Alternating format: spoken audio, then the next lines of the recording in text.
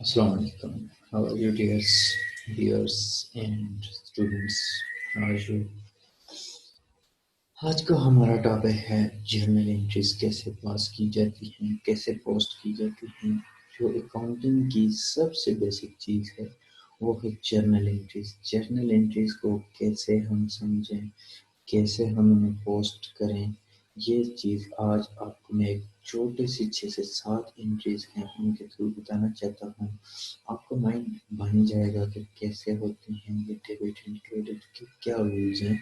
ये सारा कुछ मैं आपको बताना चाहता हूँ। अब जी एक कंपनी है, ठीक है, अब्दुल्ला एंड कंपनी। इसने कुछ एक महीने में कुछ एंट्रीज की जुलाई 2014 में। ये इनको हम कैसे रिकॉर्ड करेंगे? सबसे पहले तो मैं ये बताऊंगा, ये जो अब्दुल्ला एंड कंपनी है ये कोई भी सनती इदारा है, कोई भी सनती कंपनी है जो कुछ चीज़ बना रही है, ठीक है, जिसमें मुख्तलिफ चीज़ें यूज़ हो रही हैं और ये अभी अभी न्यूली इस्टेब्लिश हो रहा है, ठीक है। डेट्स तो पुरानी लिखी हुई हैं लेकिन ये मैं आपको अभी बता रहा हूँ कैसे होता है ये, मतलब सारा सिस्टम। तो सबसे पहले ये है कि जब भी आप कोई भी काम शुरू करते हैं अकाउंटिंग का, फर्ज करें आप अब्दुल्ला एंड कंपनी की जर्नल एंट्रीज बना रहे हैं, तो ये जो है अब्दुल्ला एंड कंपनी, ये टाइटल आपने लेना है। Abdullah and company journal entries बना रहे हैं तो journal entries for the month July 2014। अगर आप जर्नल एंट्रीज की जगह लेजर बना रहे हैं, ट्रायल बैलेंस बना रहे हैं, फाइनेंशियल स्टेटमेंट्स बना रहे हैं, ये लिखना है और साथ में ये चीज़ें लिखनी है और अब्दुल्ला एंड कंपनी इसी तरह से एज इट इज़ लिखना है। ये जो 6 से 7 ट्रांजेक्शन हैं ये मैं जर्नल से लेकर ट्रायल बैलेंस में पोस्ट करूंगा। ट्रायल बैलेंस से देन मैं आपको नहीं है, जर्नल से मैं आपको लेजर में पोस्ट करना सिखाऊंगा और लेजर से मैं आपको ट्रायल बैलेंस में पोस्ट करना सिखाऊंगा।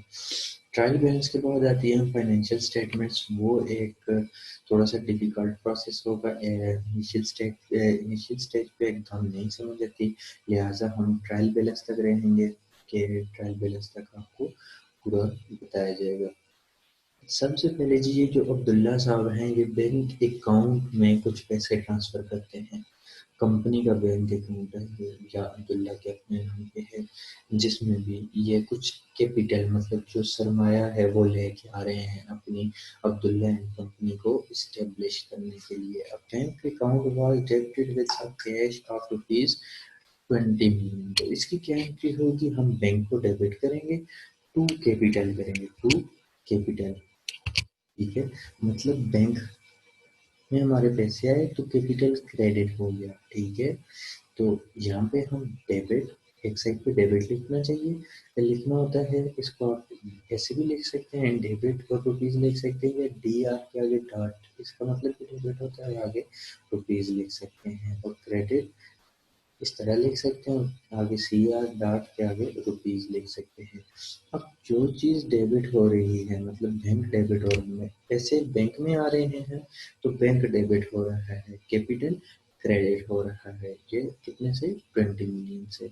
अब ये वाली ट्रांजेक्शन जो है हमारी क्लियर होगी, मतलब ये एंड हो गई, तो इसके नीचे हम ये वाली लाइन इस तरह से लगा लेंगे, ठीक है।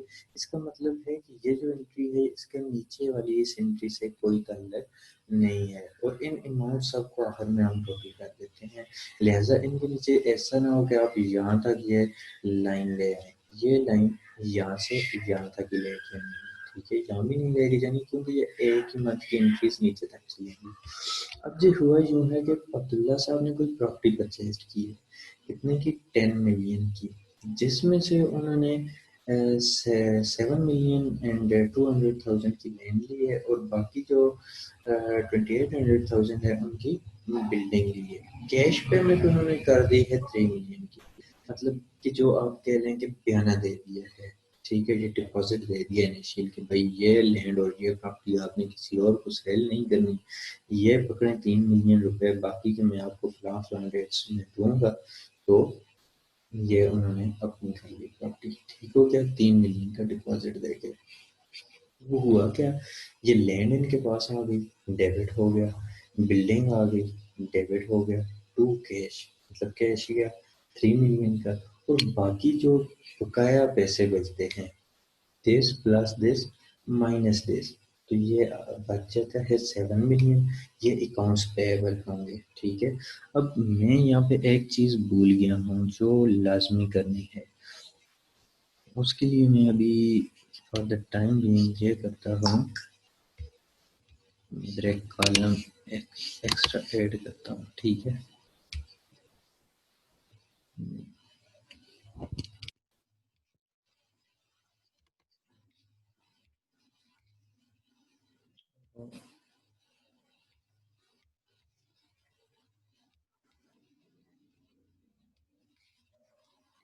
यहाँ पे हमने लिखना है प्रॉपर कैपिटल कैपिटल, ठीक है, कैपिटल ब्रॉट इन कैपिटल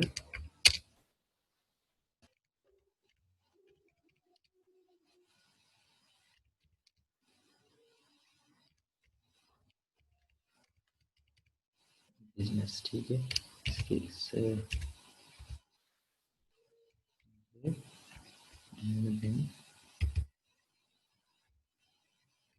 ये अब जो है ना, इसके नीचे आपने बॉर्डर लगाना है, बॉटम बॉर्डर। इसका मतलब ये होगा कि ये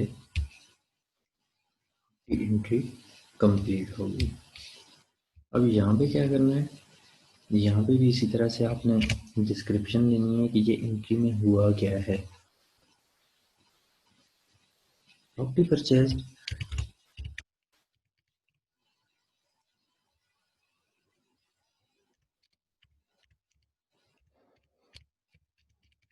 property purchase, property purchase on credit basis. Credit basis का मतलब होता है उधार पर, ठीक है। इसके नीचे भी ये आ गई लाइन, बॉटम बॉर्डर आ गया, इसका मतलब कि ये एंट्री यहाँ पे क्लोज। अब जो इससे आगे एंट्री है,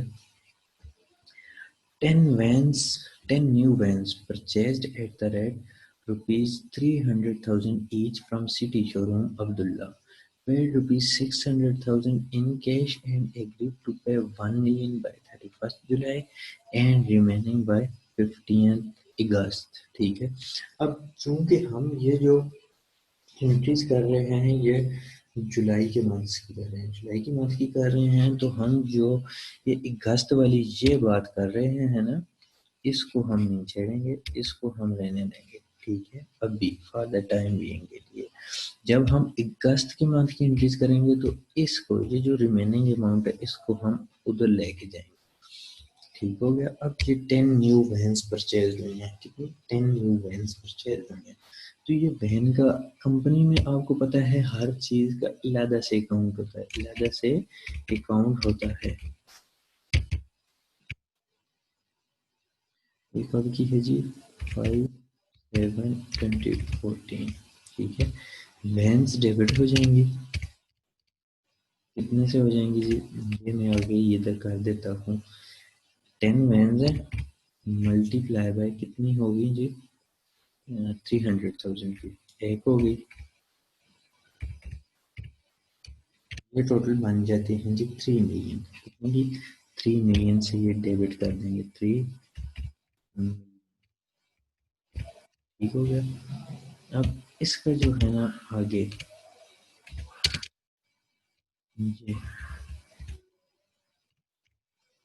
इसका आगे क्या होगा, बैंक से जो पैसे आपने दे दिए वो वाले, कितने पैसे जी आपने दिए है, 600, पेड इन रुपीज 600, नहीं बैंक से दिए नहीं है, आपने कैश में पे किए हैं, ठीक है। कैश में पे किए हैं तो आप यहाँ पे कैश में लिखेंगे कि 600,000 हमने दे दिए, और जो बकाया के बच गए, ठीक है, बकाया के कितने बच गए, payable for van, payable for van कर सकते हैं, या हम यहाँ पे भी ले, यहाँ पे ये भी लिख सकते हैं सिटी शोरूम, ठीक है, सिटी शोरूम।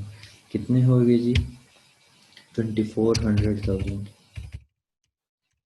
और अब इसकी डिस्क्रिप्शन लिखनी है, वैन्स परचेस्ड,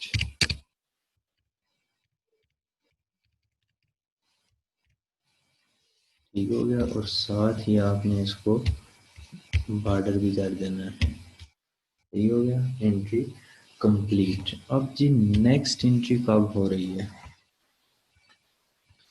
अब जी 7 तारीख को हुआ यूं है, वेरी नेक्स्ट डे, मतलब नहीं, एक दिन के बाद इंस्पेक्शन टीम है, उन्होंने ये 10 की 10 गाड़ियाँ चेक की हैं।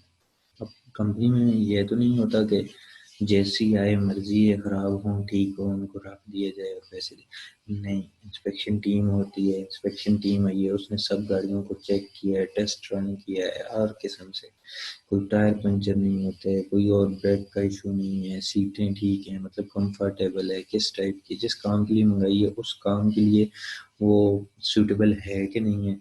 अब फर्ज करें एक गाड़ी है जिसके मतलब कोई इंजन का प्रॉब्लम आ रहा है, उन्होंने देखा है कि इंजन का प्रॉब्लम है, तो वो उस गाड़ी को रिटर्न कर रहे हैं, ठीक है, डिफेक्टिव है और उसको रिटर्न कर रहे हैं। अब क्या होगा, डेट लिखिए, ठीक है। और हमारे पास पहले इस एंट्री में क्या हुआ था, सिटी शोरूम क्रेडिट हुए थे, अब सिटी शोरूम डेबिट हो जाएगा, सिटी शोरूम डेबिट हो जाएगा। एंड वैन पहले डेबिट हुई थी, अब क्रेडिट हो जाएगी, वही एक एक वैन, ठीक है, जो 600,000 की हमने, नहीं, 300,000 के ऊपर ली थी। एक की कीमत 3 लाख है ना, 10 की 3 महीने है, तो ये वापस हो जाएगा, ठीक है। ये ठीक है, ये 300। अब ये यहाँ पे इसकी डिस्क्रिप्शन लिखेंगे, वैन रिटर्न,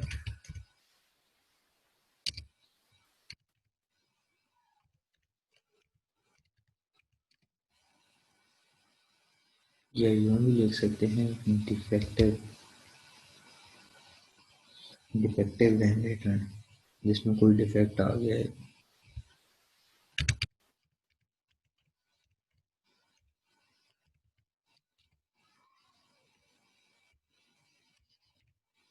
अब इसको आप ये क्लोज कर देंगे।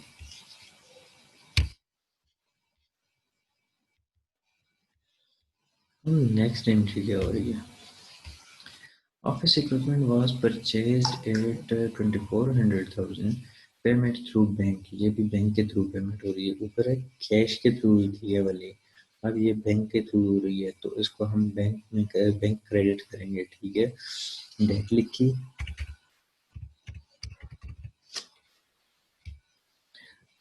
हमने खरीदा क्या जी, ऑफिस इक्विपमेंट,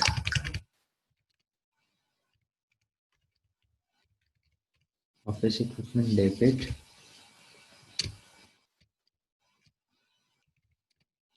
थ्रू बैंक के थ्रू हुआ है, तो बैंक क्रेडिट, कितने से जी, 2400, इसकी हम लिखते हैं डिस्क्रिप्शन, ऑफिस इक्विपमेंट परचेज,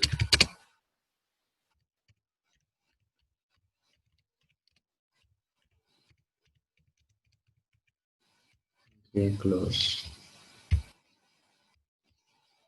ये क्लोज होगी।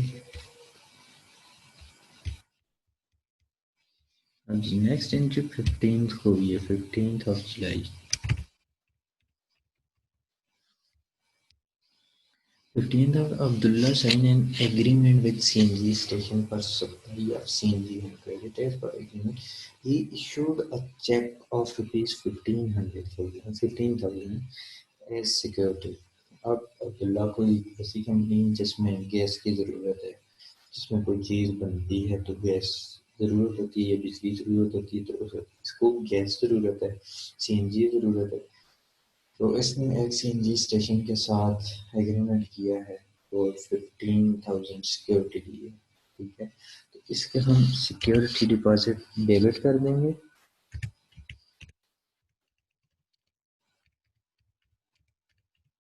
तो ये हमारा एसेट है, security deposit is an asset,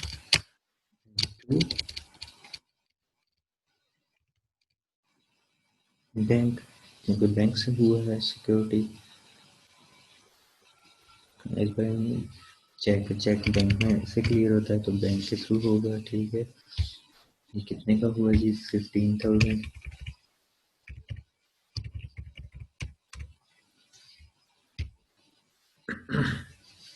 इसकी description, security deposit paid.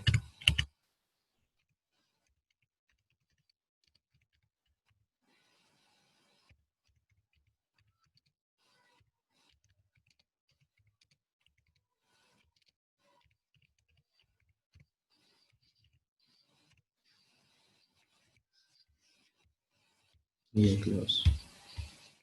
Next क्या हुआ जी? जो प्रॉपर्टी ली थी 25% of a property acquired on 3rd of July was rented out from 1st of 8 2014 at monthly rent of 300,000, 3 month advance received from them।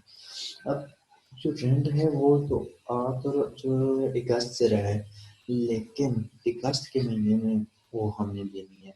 लेकिन जो हमने advance receive कर लिया, 3 महीनों का एडवांस रेंट रिसीव किया, वो हमने 3 जुलाई को किया है। अब ये 30 जुलाई को किया, तो ये 30 जुलाई को हमारे बैंक में आए या हमने कैश में लिया, तो इसको हम डेबिट कर लेंगे अपने पास। और जो रेंट एंड एडवांस है इसको हम क्रेडिट कर देंगे। जैसे ही अगस्त का महीना गुजरेगा तो इसको हम वो क्रेडिट कर देंगे, उसके रिवर्सल डाल देंगे। ठीक है, वो भी आगे मैं आपको बता दूंगा।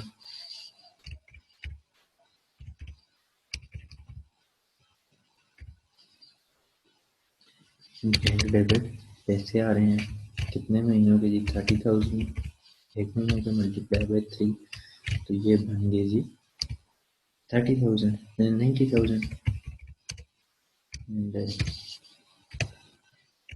ये 90,000। ठीक हो गया। इसका हम क्रेडिट क्या डालेंगे?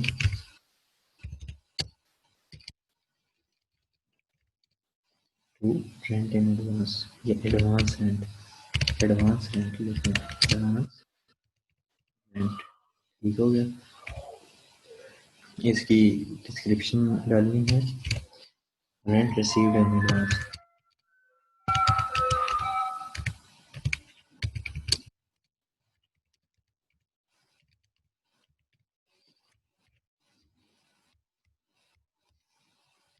ये क्लोज हो गई एंट्री। अब जी लास्ट पे, cheque for ₹1 million was issued to city showroom Lahore. वो ऊपर मैंने बताया था, ये 1 million by 31 जुलाई, इसको हमने अब करना है। तो पेएबल फॉर वैन 31 जुलाई 2014, पेएबल फॉर वैन जो थे हमारे city showroom, city showroom debit हो गया, टू बैंक क्रेडिट हो गया। ठीक है, कितनी अमाउंट से जी? 1 million।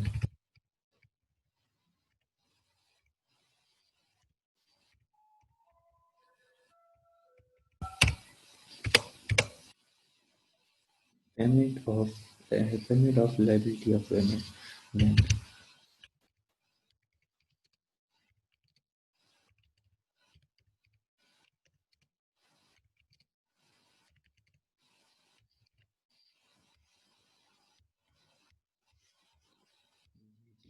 क्लोज होगी। अब इनका टोटल ये टोटल कितना, यहाँ पे हम लिखेंगे टोटल, यहाँ पे हम फार्मूला लगा देते हैं, ये जनरल सम कर लेते हैं, लेकिन मैं फार्मूले से करता हूँ।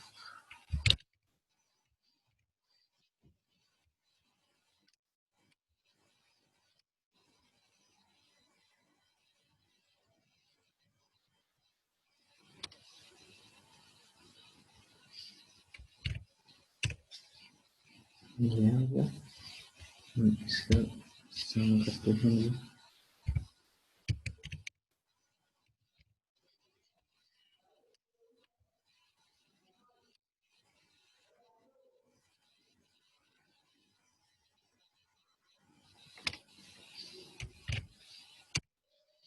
ये दोनों इक्वल आ गई, ये वाला भी एंड ये वाला भी। इसका मतलब है हमने जितनी एंट्रीज की हैं ये डुअल एस्पेक्ट से बिल्कुल ठीक किए हैं, जो हमारा दोनों साइड पे इक्वल आ रहे हैं। Debit is equal to credit.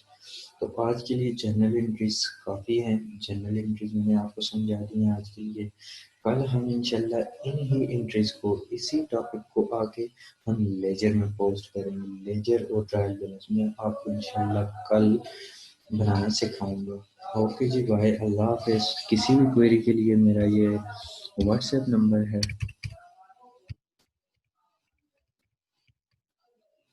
आप मुझसे रब्ता कर सकते हैं only WhatsApp. Any problem in accounting, B com, I com and C A की जो है आई टी है एंड एफ वन, इन इस तक आप मुझसे रब्ता कर सकते हैं। टैक्स के मामला में रब्ता कर सकते हैं, इकोनॉमिक्स है, स्टेट्स है, कुछ भी है, मुझसे रब्ता कर सकते हैं। ओके जी, थैंक यू, अल्लाह हाफिज़।